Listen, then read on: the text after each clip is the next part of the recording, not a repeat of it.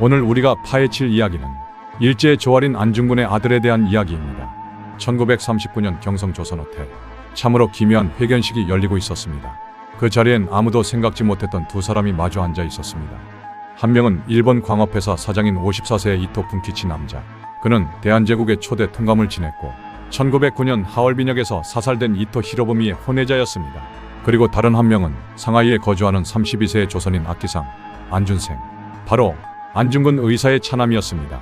안중근의 아들과 이토 히로부미의 아들이 만난 것입니다. 총독부는 그 자리에서 두 사람을 소개하며 화해를 주선하고 있었습니다. 그리고 믿을 수 없는 말이 오고 갑니다.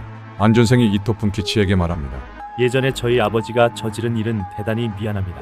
이 말을 들은 이토 분키치는 기록에 따르면 빙긋이 웃으며 이렇게 말했다고 합니다. 선친이 죽은 지 30년 만에 양편 아들끼리 이제 서로 만난 것은 꿈에도 생각지 못한 일입니다. 이제 새삼스레 죽은 아버지의 이름 서로 생각할 것 없이 나라를 위해 진력하며 또한 실업에 열심히 종사해 갑시다. 이것은 총독부가 아주 치밀하게 꾸민 내선일체 화해 공작이었습니다.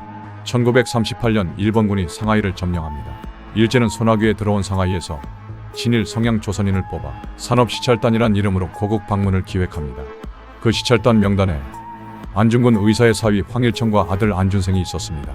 마침 1909년 10월 안중근 의거 30주년이 되는 시점이었습니다. 일제는 안준생을 특별 경호하도록 조치하고 이토 분키치를 경성에 오도록 했습니다. 그리고 두 사람을 만나게 한 겁니다. 그의 형 안본도는 불과 6살 때 길에서 누군가가 준 과자를 먹고 죽었습니다. 일제 밀정에 의한 독살로 추정됩니다. 이제 안중근의 아들은 준생만 남았습니다.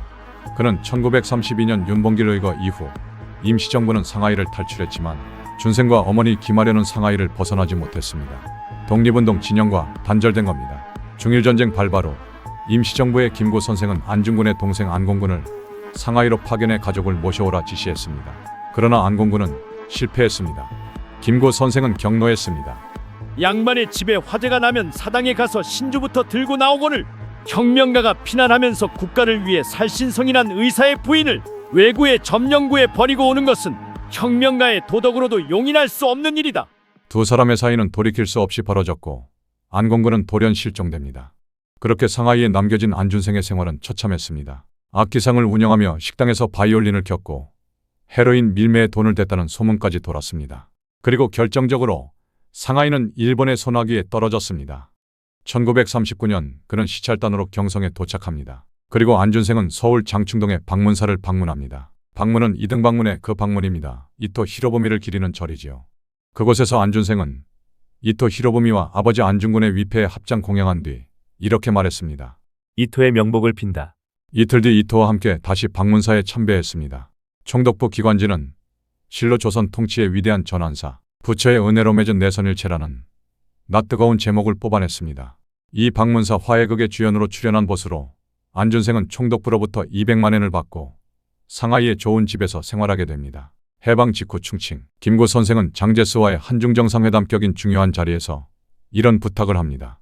한국의 혁명 선열 안중근의 자식이 변절하여 여러 가지 불법 행위를 하며 아편을 매매함으로 실로 유감입니다. 안준생 등을 구금해 주기 바랍니다. 한마디로 안준생을 당장 잡아넣으라는 말이었습니다. 귀국길에 상하이에 들른 김구 선생은 다시 중국 관원에게 이렇게 부탁합니다. 이것은 정말 무서운 말이었습니다. 민족 반역자로 변절한 안준생을 체포하여 교수형에 처하라. 안준생에 대한 김구 선생의 증오가 어느 정도였는지 알 수 있는 대목입니다. 그는 1949년 공산군이 상하이를 점령하기 직전 홍콩으로 피난했고 1년 뒤 귀국합니다. 공교롭게도 1년 전 김구 선생이 암살당했기 때문에 안심할 수 있다고 생각했을지도 모릅니다. 그러나 전쟁을 피해 귀국했는데 또 전쟁이 터졌습니다. 부산 피란 중 폐결핵에 걸렸고 그해 4월 30일 사망합니다. 안준생의 방문사 화해극은 명백한 친일 행위였으며 잘못된 행동이었습니다. 그러나 안준생은 어려서부터 일제의 감시와 압력을 받았지만 제대로 된 보호를 받지 못했고 온 가족이 계속 떠돌아다니며 살아야 했습니다. 장충동에 가서 화해쇼를 벌이고서라도 그 어려운 삶의 수레바퀴에서 벗어나 그저 평범하게 살고 싶었는지도 모릅니다. 당장 교수형에 처해야 할 자라는 말이 민족 지도자의 입에서 나올 정도로 손가락질을 받아야 했습니다. 그리고 독립운동사의 흑역사로 남았습니다. 그래도 그의 항변 한 줄기는 아주 작게나마 들리는 듯합니다. 나는 영웅이 되길 원하지 않았다.